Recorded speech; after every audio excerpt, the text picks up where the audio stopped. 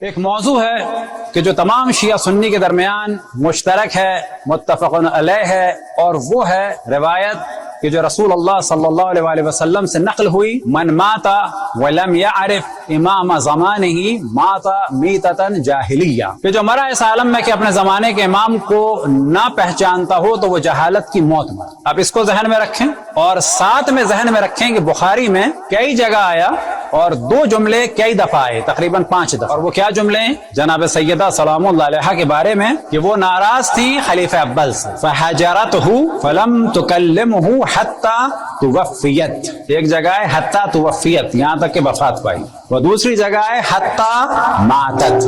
اب ان دونوں چیزوں کو ذہن میں رکھیں۔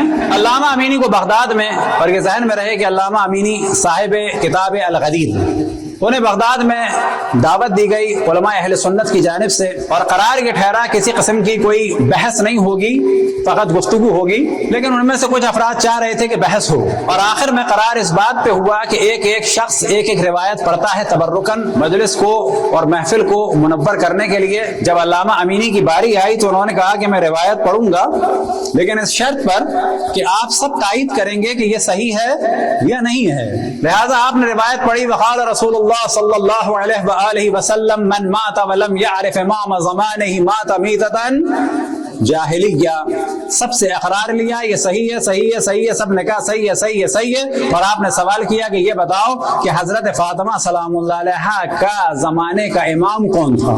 کیا انہیں اپنے زمانے کے امام کی معرفت تھی؟ اب نہ تو وہ یہ کہہ سکتے تھے کہ ان کے زمانے کے امام مولا امیر المومنین تھے، ان کا عقیدہ ختم ہو جاتا، اور نہ وہ یہ کہہ سکتے تھے کہ ان کے زمانے کے امام خلیفہ اول تھے، کیونکہ بخاری میں کئی جگہ ہے فلم تکلمہ حتی توفیت، کہ حضرت فاطمہ سلام اللہ علیہا نے خلیفہ اول سے بات نہیں کی یہاں تک کہ وہ وفات پا گئیں۔ اب دو صورتیں نکلتی، یا جناب سیدہ سلام اللہ علیہا معاذ اللہ کافر ثابت ہو جاتی، یا مولا امیر المومنین کی امامت ثابت ہو جاتی۔ یہ ہے پہلا واقعہ علامہ امینی کا۔ بس یہ ایک بحث ہے معرفت امام کے بارے میں۔ دوسری ایک بحث ہے کہ جو شیعہ سنی کے درمیان ہے، وہ یہ کہ آیا رسول اللہ صلی اللہ علیہ وآلہ وسلم نے اپنے زمانے میں خلیفہ کا اعلان کیا یا نہیں کیا؟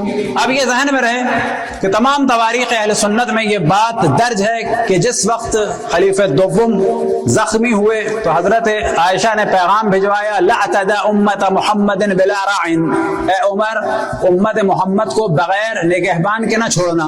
اور یہاں پر ان کے بیٹے نے اپنے باپ سے کہا کیا کوئی چوپان اور چرواہا اپنی بھیڑوں کو بغیر راعی کے اور بغیر نگہبان کے کبھی چھوڑتا ہے بیابان میں؟ بس آپ بھی کسی کو معین کریں۔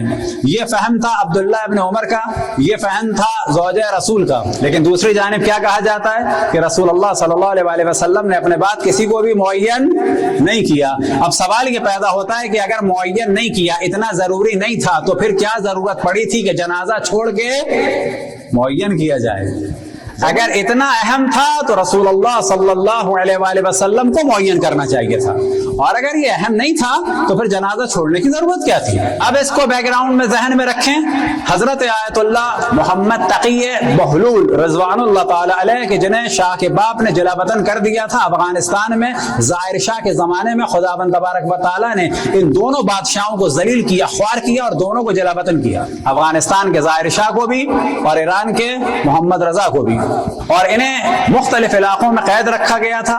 پہلے قید رکھا گیا تھا، بعد میں بالکل ایسے چھوٹے شہروں میں رکھا گیا تھا کہ جہاں سے یہ نکل نہ سکیں، اور اگر نکلیں تو اتنا بڑا بیابان ہو کہ راستے میں ختم ہو جائیں، اور دن میں 2 دفعہ جا کے انہیں پولیس اسٹیشن پہ حاضری دینی ہوتی تھی۔ حتیٰ ایک دفعہ انہیں قید کیا گیا ایسے قید خانے میں کہ جہاں پر ایسے کیڑے تھے کہ ان کا پورا جسم زخمی ہو گیا تھا، اور یہ فرماتے ہیں کہ میں نے اللہ سبحانہ و تعالیٰ سے دعا کی کہ یا اللہ میں نے تیرے دین کی سربلندی کے لیے سب کام کیے ہیں، اگر ان کیڑوں کے کاٹنے میں تیرے دین کی کوئی خدمت ہے تو میں تیار ہوں، یہ مجھے زخمی کر دیں، لیکن میں تجھ سے دعا کرتا ہوں کہ اگر اس سے تیرے دین کی کوئی خدمت نہیں ہو رہی ہے تو یا اللہ ان کیڑوں کو ختم فرما۔ وہ فرماتے ہیں جیسے ہی میں نے دعا کی اس کے بعد میں نے دیکھا ایک قطار نظر آئی چونٹی کے جیسے کیڑوں کی، اور وہ اتنی تیزی سے کیڑے آئے کہ ان باقی کیڑوں کو انہوں نے ایک ایک کر کے مار دیا۔ عجیب و غریب صاحب کرامت شخصیت تھے، تقریباً 3 دفعہ میں نے ان کی زیارت کی اور خود میں ملے، اور عموماً ان کا کمال یہ تھا کہ وہ صاحب طی الارض تھے۔ بعض دفعہ وہ مکے میں دیکھے گئے، بعض دفعہ وہ مدینہ میں دیکھے گئے، بعض دفعہ کوئٹہ میں دیکھے گئے، بعض دفعہ کراچی میں دیکھے گئے۔ 100 سے زیادہ سال ان کی عمر تھی، ان کی ملکیت میں کچھ نہیں تھا سوائے ایک تھیلے کے۔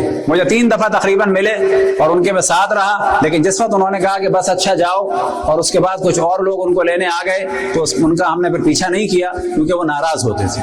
اور ان کی ایک خصوصیت اگر آپ سمجھیں تو ہل کے رہ جائیں کہ وہ خود اپنی بایوگرافی میں لکھتے ہیں مجھے اپنی بیوی سے عشق تھا، لیکن جب مجھے قید کرنے کا سلسلہ ہوا تو وہ اپنے ملنے آتے تھے بیوی سے، کسی ایک گھر سے داخل ہوتے تھے، چھتوں میں سے بدلتے ہوئے وہاں آتے تھے، لیکن جب بہت زیادہ خطرہ ہو گیا تو انہوں نے اپنی بیوی کو خود بات چیت کر کے راضی کر کے طلاق دی اور اس کے بعد غائب ہو گئے۔ پھر جب عدت ختم ہوئی تو اس کے بعد پھر کہا کہ میری ایک اور گزارش ہے، اور وہ گزارش یہ ہے کہ میرے بعد تمہاری عزت اور جان خطرے میں ہوگی، اور پھر اپنے دوست سے شادی کرے۔ جب افغانستان میں دوسری شادی کی اور ولادت ہونے والی تھی تو ان کو دوسرے شہر میں منتقل کیا گیا، بیوی کو اور ان کو ایک ٹرک ٹائپ گاڑی میں پیچھے ڈال دیا گیا۔ اتنی وہ گاڑی اچھلی کہ اس کے بعد وہ بچہ بھی ضائع ہو گیا اور بیوی بھی مر گئی۔ پھر ساری زندگی میں انہوں نے شادی کی، 100 سے زیادہ سال کی عمر میں انہوں نے وفات پائی۔ انہیں جب ایک علاقے میں رکھا ہوا تھا تو وہاں پر ایک دفعہ علماء اہل سنت نے ان سے سوال کیا ایک دعوت میں، کیونکہ تدریجاً یہ وہاں کی ایک مشہور شخصیت بھی ہو گئے تھے، اور سوال یہ تھا کھانے سے پہلے یا شاید کھانے کے بعد، اور انہیں پتا تھا کہ ان کا جواب کیا ہوگا اور پھر ہم بحث کریں گے۔ اور سوال یہ تھا کہ آپ یہ بتائیے کہ شیخین افضل ہیں یا حضرت علی؟ ابھی آپ سمجھ گئے کہ جو اصل بحث ہے کیا رسول اللہ صلی اللہ علیہ وسلم کو فکر تھی امت کی کہ نہیں تھی؟ ہم کہتے ہیں فکر تھی اور انہوں نے معین فرمایا۔ اب انہوں نے سوال کیا کہ شیخین افضل ہیں یا حضرت علی؟ حضرت آیت اللہ محمد تقی بہلول رضوان اللہ تعالی علیہ نے جواب دیا کہ شیخین کا حضرت علی سے کیا مقابلہ، شیخین تو رسول اللہ سے افضل ہیں۔ ساری بحث پلٹ کے رہ گئی کہ ہماری توقع تھی کہ یہ علی کہیں گے تو پھر ہم بحث کریں گے، انہوں نے تو ایسی بات کر دی کہ جو ہم بھی نہیں سمجھ سکتے اور سوچ سکتے۔ انہوں نے کہا کیا مقابلہ ہے علی کا شیخین سے؟ شیخین افضل ہیں رسول اللہ سے۔ اب یہ سب کے سب منہ کھلے رہ گئے۔ اس کے بعد کہا کہ دیکھو ان دونوں کو فکر تھی رسول اللہ کے بعد امت مسلمہ کے لیے ایک رہبر چننے کی، اور رسول اللہ صلی اللہ علیہ وسلم کو بقول تمہارے فکر نہیں تھی امت کی۔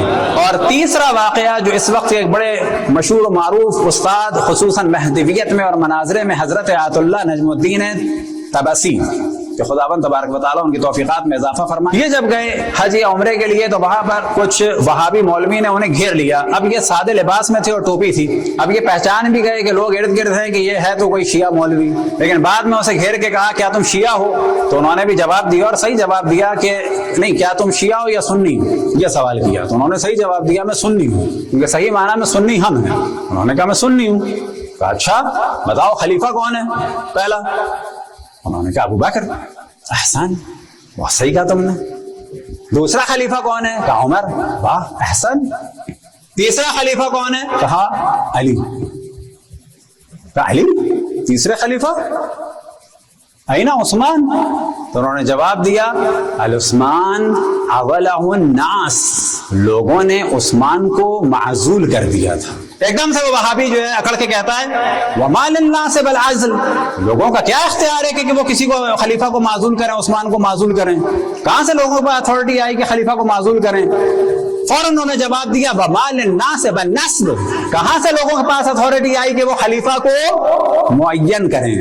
اگر سلب کرنے کا، اگر معزول کرنے کا حق نہیں ہے تو معین کرنے کا حق کہاں سے آیا؟ یہ امامت سے ریلیٹڈ جو بحثیں ہیں علم کلام میں شیعہ اور سنی کے درمیان، اچھی خاصی بحثوں کو ہم نے 3 واقعات میں، جو پہلا واقعہ علامہ امینی کا، دوسرا والا آیت اللہ بہلول کا، تیسرا واقعہ آیت اللہ نجم الدین طبسی کا